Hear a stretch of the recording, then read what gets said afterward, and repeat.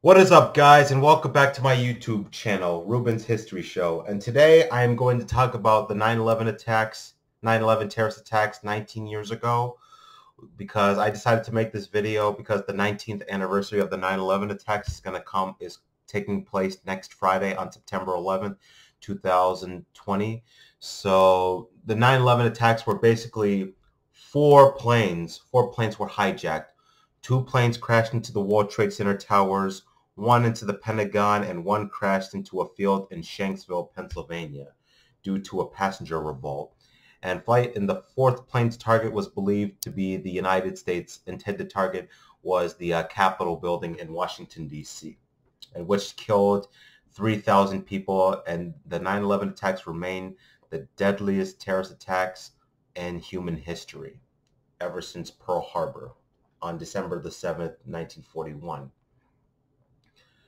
So now we're going to talk about the World Trade Center towers and the events before 9/11. So the construction of the World Trade Center towers began in 1966. So we're talking about 55 years ago. The World Trade Center towers were built in New York City. Were built in New York. This started in New York City, and so years later, in April 1973, the World Trade Center towers were complete, and they were finished. So the buildings were enormous. The North Tower was 1,368 feet, and the South Tower was 1,362 feet. So those were big buildings, and the buildings were 110 stories, 110 stories. So they were enormous buildings. And I never been to the World Trade Center towers because I was born shortly after the 9/11 attacks in 2001. So, and some people were actually on the buildings, and the two World Trade Center towers.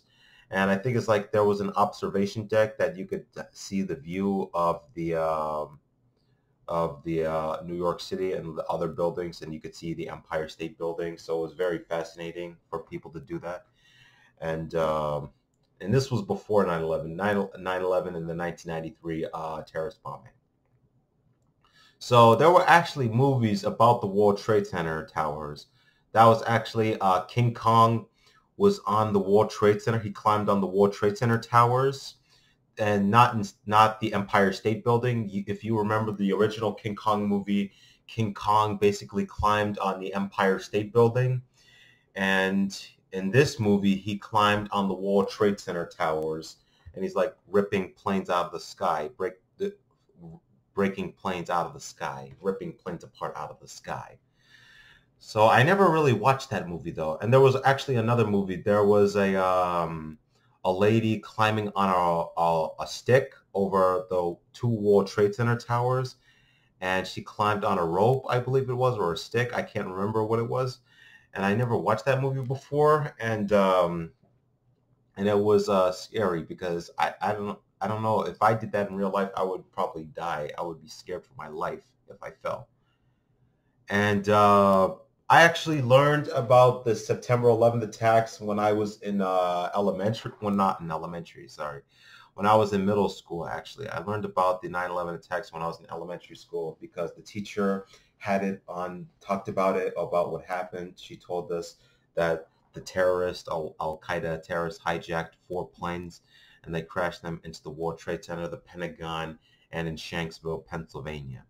So it was interesting. I didn't know about that. So I was around 12. I think I was around 12 when they taught me about the 9/11 attacks in school, in the middle school. So, but the first terrorist attack on the World Trade Center was February 26, 1993. That was when the terrorist, or al-Qaeda, the terrorist group, had put a truck filled with explosives in the truck, and he parked it in the basement of the World Trade Center. The bomb did go off, but it didn't do a lot of damage to the buildings. and they wanted to bring both buildings down. So they wanted the bomb in the World Trade Center tower to go off. They wanted it to explode and do enough damage, and they hoped that the buildings would like tumble onto each other and fall. So that was unsuccessful, and the 1993 World Trade Center bombing killed 6 people and injured 6,000 people in the World Trade Center towers, in the World Trade Center tower. I believe it was the North Tower.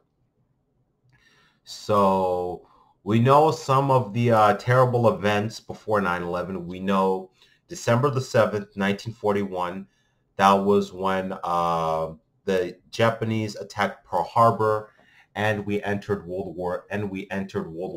The United States entered World War II.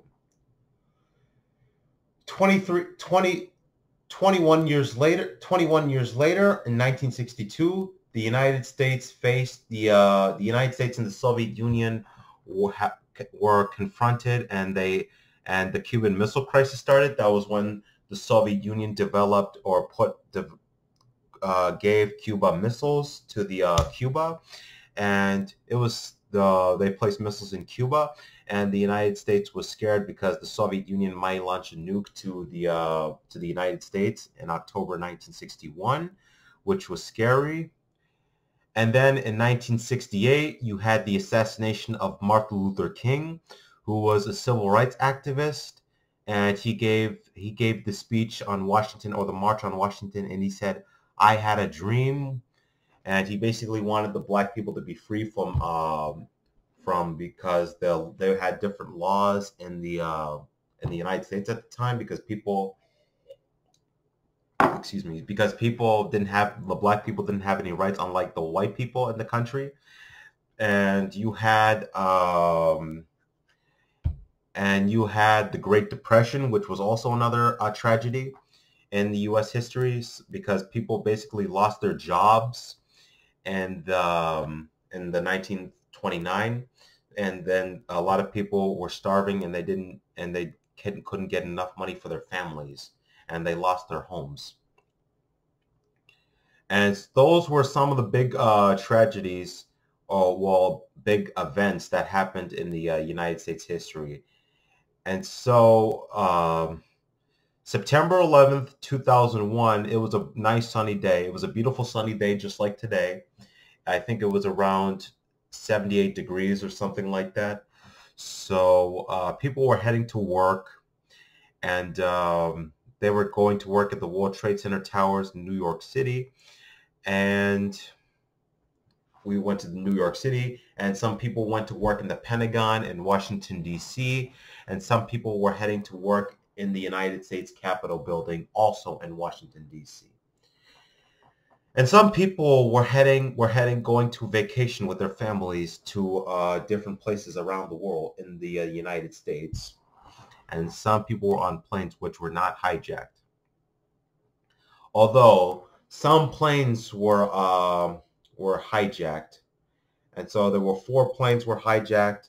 And then the terrorists, the al-Qaeda terrorists, had planned their second attempt to destroy the World Trade Center towers, because the al-Qaeda, the terrorist group, and a guy named Osama bin Laden, who was then leader of al-Qaeda, had been planning the 9/11 attack between 1991 and 1993.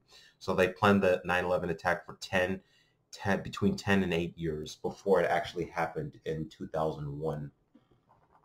So events before 9/11 was you had the U.S. Embassy bombings in Kenya and Tanzania. That was the second terrorist attack in the Africa, shortly after the 1993 World Trade Center bombing, and the 1998 United States Embassy bombings in Kenya and Tanzania were both led by al-Qaeda, which is a terrorist organization led by Osama bin Laden at that time. And the bombings killed 224 people in the 2 embassies, and 4,000 people were injured in the bombings, in the 2 bombings. As a response, Bill Clinton tried to hunt down bin Laden when he was the leader of al-Qaeda. He had sent ordered airstrikes or military strikes against al-Qaeda bases in the Sudan and the Sudan and Afghanistan, which is where the al-Qaeda was located at the time. And so the airstrikes were unsuccessful because the United States failed to capture Osama bin Laden, and then you also had the situation in Bosnia, which was the Bosnian War that was fought between the Serbian Christians and the Bosnian Muslims. So they were fighting against each other. And you also had the Chechen Wars. That was where the Russians and the Islamic Chechen terrorist forces were fighting in the Chechen region and Dagestan, yeah. So there were two Chechen wars and two Chechen wars. One was from 1994 to 1996, and the second Chechen war was from 1999 to 2009. So, and then you also had because the United States also defeated the horrible enemy, the Soviet Union, and they were like, yeah, we defeated the communists, and people in the United States did not pay attention to what was going on in the further east because they didn't know what al-Qaeda was. The United States government did not know what al-Qaeda was until 1998, when the al-Qaeda bombed the U.S. embassies in Africa. So 2 years after the United States embassy bombings in August 1991, you had the USS Cole bombing. That was where the al-Qaeda terrorists had a boat filled with explosives, and they crashed it into the USS Cole. So that killed 17 sailors and it injured 39. It was in the Sea of Yemen. Yemen is a country located in the Middle East. So the USS Cole bombing took place in October of 2000. So that was just a year before 9/11 happened. So the war, and so on September 11th, 2001, 19 terrorists will board 4 different airplanes from 3 different airports. So you had Logan International Airport, which was where the 2 planes took off, and you had Dallas International Airport in Virginia. That's where 1 plane took off, and then you had a 4th plane that took off from Newark International Airport. So the ringleader, Mohamed Atta, and 4 other terrorists, Abdulaziz al-Omari, Satam al-Squami, Walid al-Shehri, and Wali al-Shehri, were on American Airlines Flight 11. But Mohamed Atta, the ringleader of the 9/11 attacks, left his apartment in Portland, Maine. 2 of the terrorists came from Portland, Maine, which was Mohamed Atta and Abdulaziz al-Omari, and they boarded a plane in Portland International Airport in Maine, and we know their plane departed from Portland and they landed in Boston Logan International Airport. So after they landed at the airport, the 2 terrorists, Abdulaziz al-Omari and Mohamed Atta, both entered the American Airlines Flight 11, and 3 other terrorists, Wali al-Shehri, Satam al-Squami, and Walid al-Shehri, entered Logan Airport between 6:45 a.m. That was when they were believed to enter the airport in Boston Logan, and they got their tickets and I believe one of the terrorists, Satam al-Squami, used his Saudi Arabian passport to get a ticket to go on the plane. And so at 6:52 a.m., Mohamed Atta received a call from his friend or terrorist, which will be the hijacker pilot of United Airlines Flight 175, Marwan Al-Shehhi, at 6:52 a.m. And they spoke for 3 minutes, and this will be their final conversation before they both died during the 9/11 attacks. So, at 7:46 a.m., I believe it was, five of the terrorists of Flight 11 entered the plane, and they were seated on the plane, and they had their assigned seats on the plane. And so you had a second group of terrorists at the Logan International Airport. They were the hijackers of Flight 175, which were Marwan Al-Shehhi, Fayez Banihammad, Mohamed Al-Shehhi, Hamza al-Ghamdi, and Ahmed al-Ghamdi. They were the terrorists the second group of terrorists who boarded United Airlines Flight 175. And some of them had bags with them. They were mostly knives in them. And I think at that time you were allowed to bring knives on the plane. And the five men both entered the plane between 7:28 a.m. and 7:23 a.m. So you're talking about shortly before the hijackers of Flight 11 arrived on board.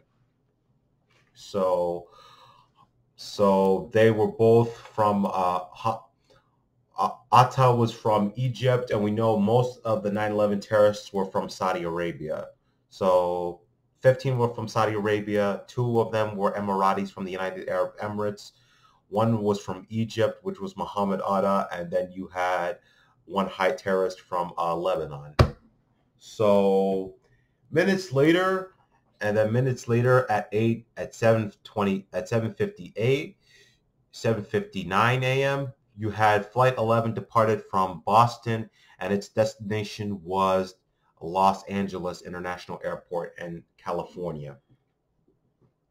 And then also at 8:14, United Airlines Flight 175 departed from Logan International Airport, the same airport where Flight 11 took off, and its destination was also Los Angeles International Airport. And meanwhile, at Dallas International Airport, you had 5 other terrorists arrive at Dallas International Airport. They were Khalid al-Mihdar, Majed Moqed, Salam al-Hazmi, and Nawaf al-Hazmi, and Hani Hanjour. Those were the terrorists hijacking team on Flight 77 that will crash into the Pentagon. And they arrived at the airport, and they boarded the American Airlines Flight 77 that departed from Dallas International Airport, and its destination was also Los Angeles. And so at 8:20, American Airlines Flight 11 departed from Dallas International Airport, and its destination was also Los Angeles. Meanwhile, in Newark, New Jersey, Newark International Airport, 4 other terrorists, Ziad Jarrah, Saeed al-Ghamdi, Ahmed al-Nami, and Ahmed al-Haznawi were the four hijackers on Flight 93, and they checked through security in Newark International Airport, and they boarded the flight on Flight 93 between 7:40 and 7:48, I believe. So they boarded the plane, and Ziad Jarrah was the hijacker pilot of Flight 93, and he would later take over the plane, and he attempted to fly the plane into the Capitol, but he crashed it in Shanksville, Pennsylvania. So and then at 8:42 a.m., just 4 minutes before Flight 11 crashed into the North Tower, Flight 93 took off from Newark International Airport, and its destination was San Francisco, also in California. So you had 4 planes. 4 planes were already in the air. So at 8:14, American Airlines Flight 11 was hijacked, and it deviated its assigned destination, which was Los Angeles, and the terrorists turned the plane, and they directed it towards New York City. And the flight attendant, or I think it was a passenger, called the authorities on the ground to let them know what was going on the plane, and they said, hey, we think Flight 11 from Boston to LA may be hijacked. And the people on the ground laughed it off. They said, you can't hijack a plane. That just doesn't happen anymore. What are you crazy? Are you insane? And then minutes later, they said that two planes were hijacked. Two planes were hijacked, and they left their destination. So people thought it was a joke, and now it's reality. So they know that both planes have been hijacked by the terrorists. So, and then they didn't know what to do because it was their first time. They didn't know what to do. I think they scrambled some F-22 jets to make the two flights surrendered to land on the ground or to shoot them down. And the two jets departed from Colorado, and they tried to stop the flights, tried to shoot down the flights or force them to land. So, and then one of the terrorists believed to be Mohamed Atta, who was the ringleader and the terrorist pilot of Flight 11, had announced on the radio, he said, "Nobody move." He said, "We have some planes, just stay quiet and you will be okay. We are returning to the airport." And so he accidentally pressed the wrong button. He attempted to make that announcement for the passengers, but the passengers didn't hear it. And then he also said, "Nobody move. Everything will be okay. If you try to make any moves, you'll endanger yourself and the airplane. Let's stay quiet." And then another announcement minutes later, he said, "Nobody move, please. We're going back to the airport. Don't try to make any stupid moves." And the passengers didn't hear what was going on. And the passengers were frightened. They were terrified because they didn't know what was going on. So, and then at 8:46 a.m., Flight 11 crashed into the North Tower. And then here's where, people were basically watching it on TV, watching what was going on TV, and they saw the first plane crash into the tower, and they thought it was a horrible accident. And people were just recording it, and they were just recording it using their cameras, and a bunch of people worldwide was watching it on TV, what was going on during that period. So, between 8:48 a.m. and 8:42 a.m., Flight 175 was also hijacked, and it was also heading towards the World Trade Center Tower in New York City. So then the terrorist pilot, Marwan Al-Shehhi, took over as the pilot of Flight 175, and his mission was to crash the plane into the South Tower of the World Trade Center. So the terrorists on Flight 175 moved all the passengers to the back of the plane, so because they didn't want them to take over the plane. And so the family members started calling their loved ones on the ground to say, "I love you. There is some problem on the plane. There is a terrorist on the plane. They have hijacked the plane. The captain's killed. The pilot was killed. And the plane's making jerky moves." And then people were throwing up on the plane because the plane was moving erratically. It was moving. And so, and then President Bush was literally in Sarasota, Florida, and Emma Elementary School in Sarasota, Florida, and he was reading Goodnight Moon to kids, and he received reports of the first plane crash into the tower. Well, minutes later, at 9:05, almost 20 minutes later, United Airlines Flight 175 crashed into the South Tower of the World Trade Center. And now everyone knows that this was a terrorist attack. This was not an accident anymore.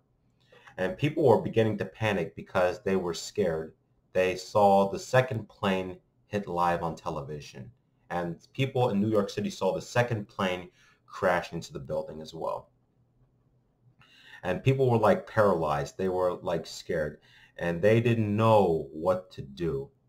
So, and the world on the TV, and the people watching the TV was like kind of like in shock. And then At 9:58, after burning for 53 minutes, the South Tower collapsed, and people were trapped in both buildings. The area where the two planes crashed, everybody was trapped. There was no way to get out. And actually, the firemen were trying to save the people in the both towers that were burning. And it was scary because the firemen would never come out. And it's actually pretty sad because some people were jumping out of the building because they didn't want to burn alive or they didn't want to die when the towers collapsed. And it was really, really horrible and sad. So, and then almost half an hour later at 10:28, the North Tower collapsed after burning for 102 minutes. And the World Trade Centers were gone. So, and then my aunt was watching the news on TV, and she saw the second plane hit live. And my mom was in high school, and she was working at the cash register, I believe. She was 17 years old, and they said two planes had crashed into the World Trade Center. And so shortly after the two planes crashed, we knew it was an act of war. But the problem was who committed the attack. We simply didn't know who committed the attack. But shortly after the attack, we knew it was Osama bin Laden, the leader of the terrorist group al-Qaeda. So, that wasn't it. So in between the two buildings collapsing,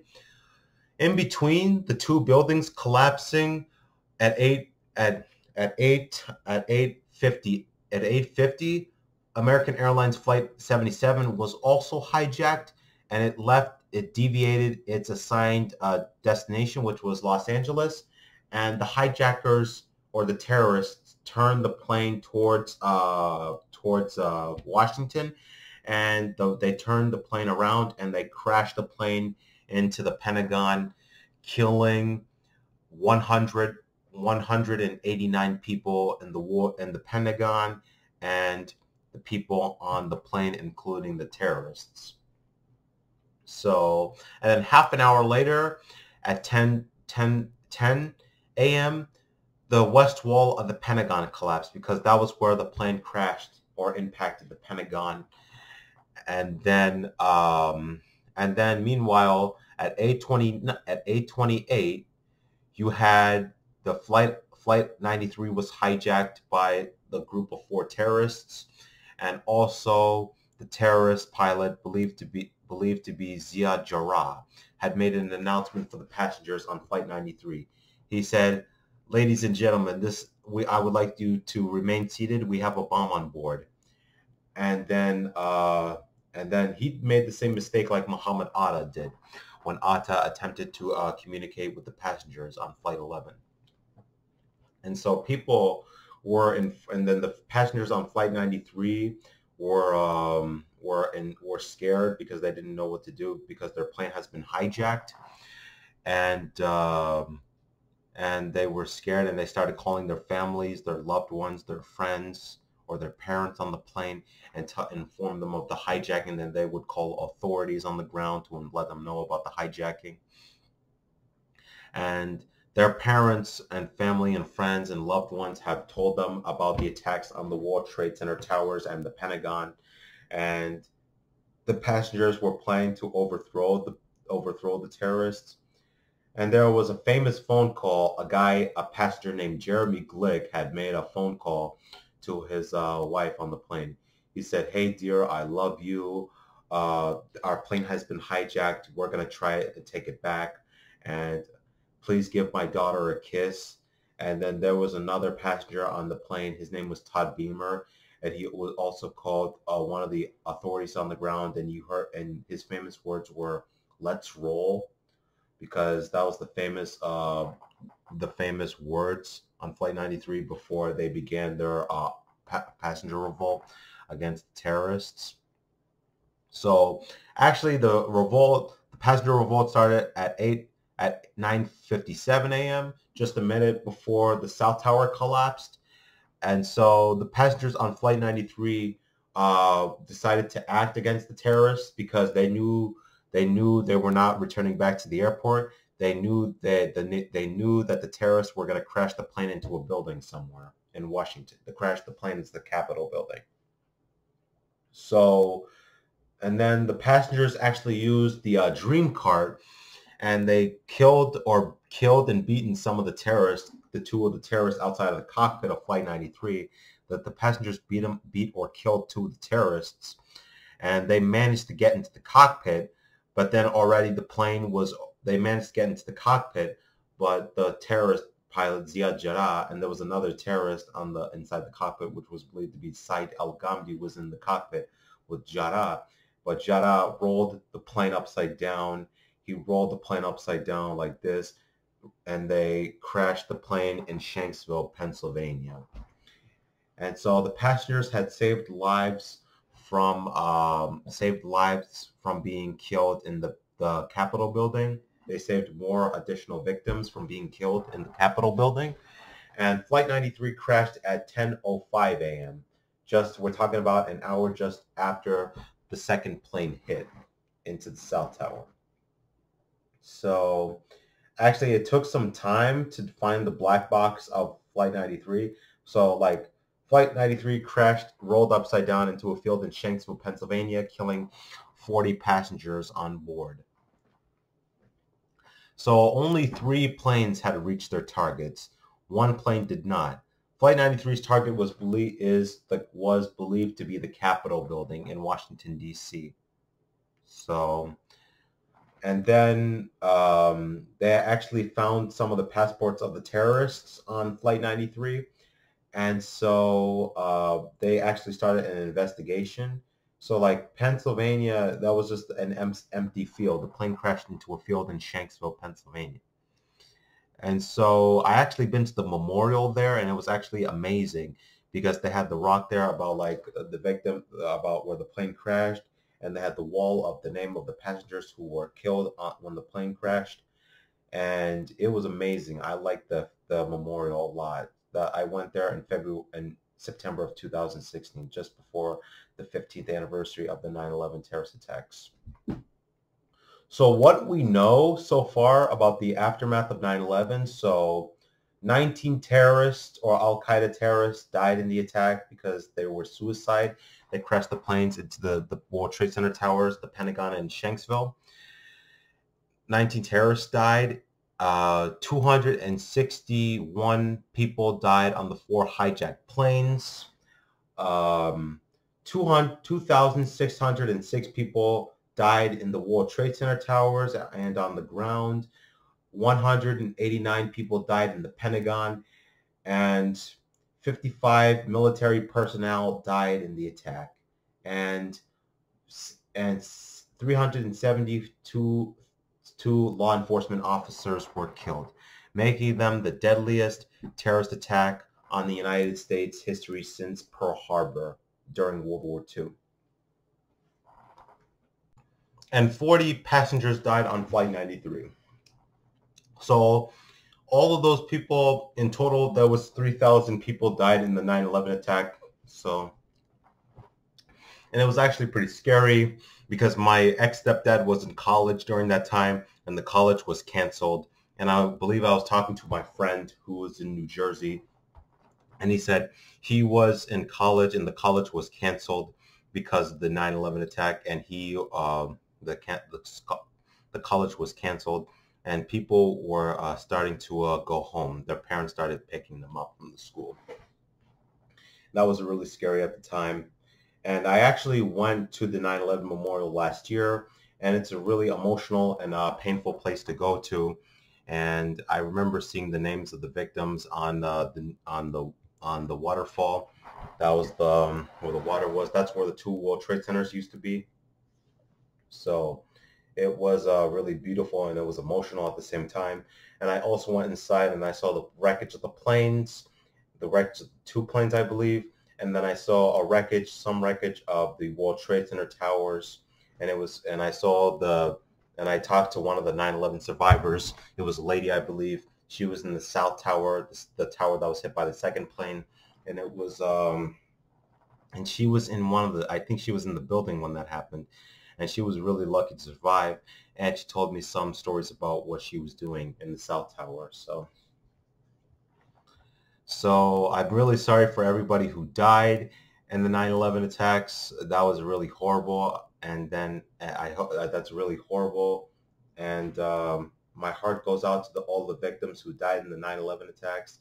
And I'm sorry for your loss. And never forget 9/11. So never forget that horrible day, that horrible tragedy. And good thing I wasn't alive during that time, because I was born shortly after that happened. So yeah. Like whenever I talk about like 9/11, I don't cry or anything like that, because I'm not sad, because no one in my family died in that attack. So it's really scary. But there's a lot of people out there whose family or friend or relative died in the attack. So it's really sad. So yeah. So the 19th anniversary of the 9/11 attack is coming up soon. It's coming up on next Friday, September 11, 2020. So let's hashtag never forget, and never forget. And it's not about your religion. It's not about the color of your skin or your race. None of that matters. It's all about the person you are, about who you are, and it's not about your religion. None of that matters. So, and even the world was kind of in shock of the attack. So they were scared. So, and then I actually went to go see the Freedom Tower. It was a really big building. I never been inside there. I walked by there before. I never went inside, but hopefully one day I get to go there one day. So maybe go see the World Trade Center Tower, or the Freedom Tower. So I hope you enjoyed this little sad and emotional video.